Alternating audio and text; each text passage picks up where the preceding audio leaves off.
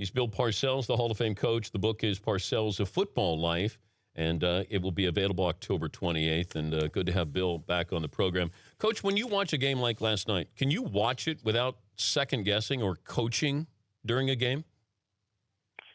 Well, yeah, I can certainly watch it without second-guessing because I'm trying to pay attention to mostly the formations the teams are employing or on both sides of the ball.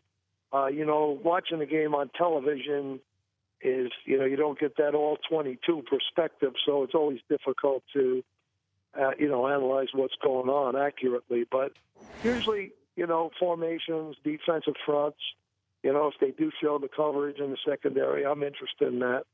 What did you want people, or what do you want people to learn with this book about you? What's the most important thing? Well, that, my life just wasn't a series of controversial events. I've been very, very fortunate, and really, I really feel grateful for the life I've had in terms of opportunity, first of all, and then associations with people, the people that have followed me in my profession, a lot of the players that I've interacted with over the years that I'm still very, very close to, and it's my family, my friends.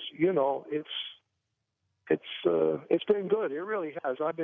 I'm one of the really lucky guys. But you get so immersed in it, and coaches do, that your family pays the price. Was there that kind of epiphany? Absolutely. Like, did you ever say, "Oh my God, what have I done here"? Like, you were so deep into coaching that your family, you tend to fall apart with that, or there's fractures with it.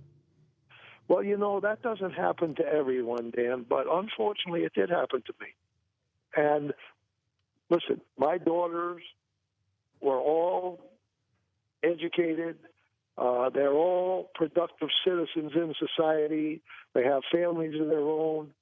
And from that standpoint, my parental responsibility, I think, was accomplished.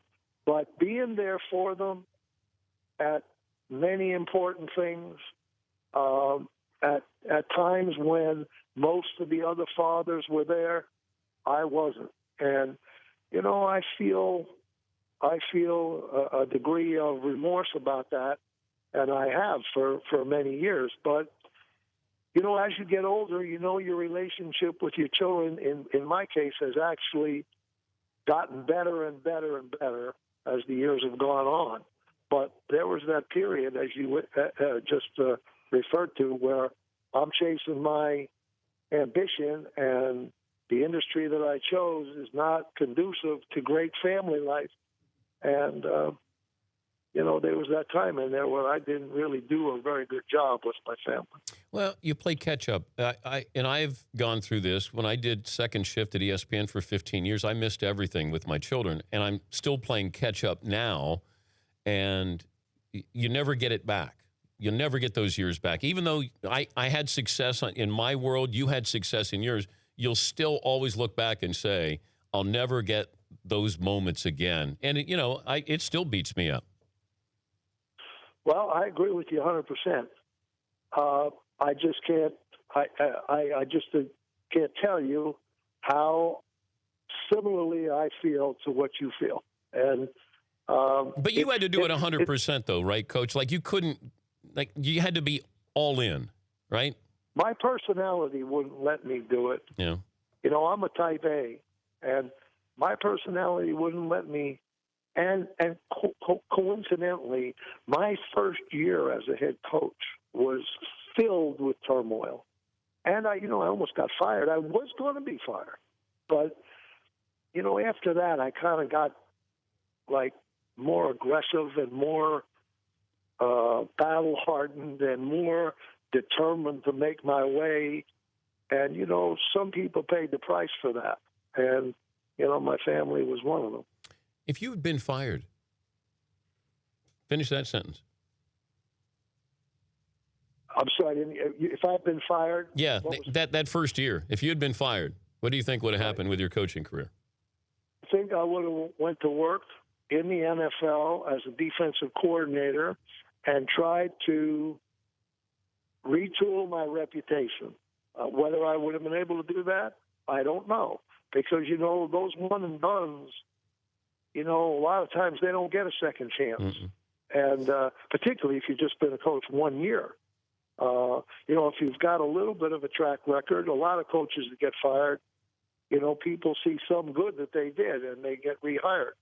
But I don't know what would have happened, but fortunately I didn't have to experience that.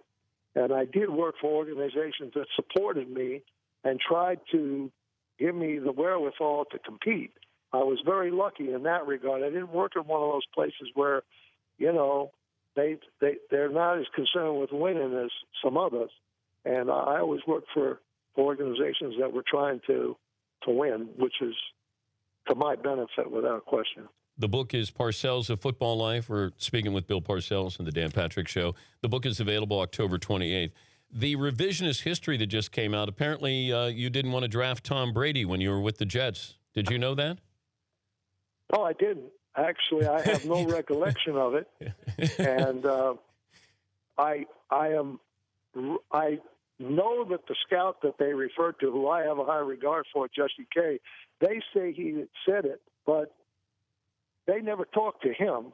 So now it came from someone who said they were in the room. Now it's been like 14 years, and this is the first we've ever heard about it. And I don't recall it. Wow. I don't know what to tell you. I think I would have remembered.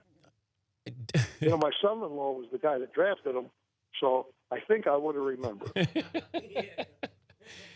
You're making headlines also with the Belichick relationship when it was fractured. When did it go south between you two? Well, it never really went south. People think it did, but, it really didn't. I wound up acting. I was disappointed that he wasn't going to coach, okay? There's no doubt about that. With the Jets. But then when the opportunity came to help the organization by recouping some draft choices, I didn't have to do that. But it certainly was to his benefit that I did. And so, we had a little bit of what I would call a rough spot for a couple of years. But, I see him. He lives in the same building I live in Florida. I mean, we communicate, we talk. We have a very good relationship now. I do have a high regard for him and an appreciation. Wait, you live in the same building? Yeah, we have. Yeah, his unit's right above me in a condominium complex in Florida. So, people they don't know. They want it to be a fractured relationship, but I have a high regard for Bill and what he's done. His record speaks for itself, and he was a great help to me, and he's a good football guy. I liked his father. I go way back with the Belichick family, so it wasn't always perfect, but that's the way the business is. Every once in a while, there's a little conflict. See, but people want that to be true, that you two don't get along with each other. You're basically roommates in Florida. Nothing could be further from the truth. We talk occasionally. I don't mean, once every 6 months. I talk to him more frequently than that. And, of course, he's busy with the season. We do talk. I probably talked to him 10 days ago, maybe. And, I'll see him in the spring when he gets enough time to get away for a little while. And, he's got his hands full. He's got a very competitive division this year in terms of what he's fighting. And the AFC looks a little stronger in a couple of places than it has been. So he's got a big job on his hands, and as you can see, he's doing what he always does, and that's a good job. You look at the coaching in the NFL now, and it's almost like you can coach and then you need a breather, and then coach and then need a breather. Can you see Gruden going back in, or if it's any of these other coaches who have been out for a little while, take that deep breath, kind of reset, and then go back in? Is that the smart way to do it now? I don't know the answer to that. It happened with me a couple of times. One was a health-related issue, but it did happen with me. It's a narcotic, It's there's something about the competition. It just is a very invigorating, exciting Sunday at 1 o'clock or Thursday night or whenever you're playing. There's just nothing like it. It's hard to explain, and some people just can't give it up. And I was the poster boy for that. I really was. Yeah. And but there are others in the business that just like the things that go with it. And those aren't real football guys, and that's a different outlook. And the guys that really like football and the ones that are challenged by it and excited by it and go to work enthusiastically every day, those are the kind of guys that I admire in this business. But the business model is running the NFL now. The business model. And that's not just my opinion. That's a few people that I respect's opinion as well. And the business model makes it more difficult for the coaches and the GMs because they don't get as much time to develop and to integrate people into the system and kind of get something established. It's an instant gratification business now. And we have new owners in the league every year. Their name is on it. It's not going very well. They're used to being in a successful enterprise. They want results Right away. And as you see, just take a look at the owner in Jacksonville. He was there 2 years. He had like 2-3 GMs and 2 or 3 coaches. Yep. I mean, it's no disrespect. It's just the business model. I always wanted to ask you this as we close up shop here on the interview. The book is Parcells, A Football Life. I was in some of those press conferences when you were coaching the Giants, and you could be really, really, really rough on reporters. If you happen to ask a question and it wasn't in the, using right terms or what, like I don't know what it was, but you seemed like you enjoyed it. But did you do it in a way that you were actually hiding something, or did you just love kind of tweaking the media? Well, this is a little bit vice versa as well, from time to time. They would ask me questions that weren't exactly comforting, but I knew most of the guys in those days. You had a little different relationship than you do now. I didn't speak up during those press conferences. I knew better when you'd have your little round table with the Giants. I was like, I'm just listening and not saying a damn word. Well, those were some of the precious things that I missed about the coaching.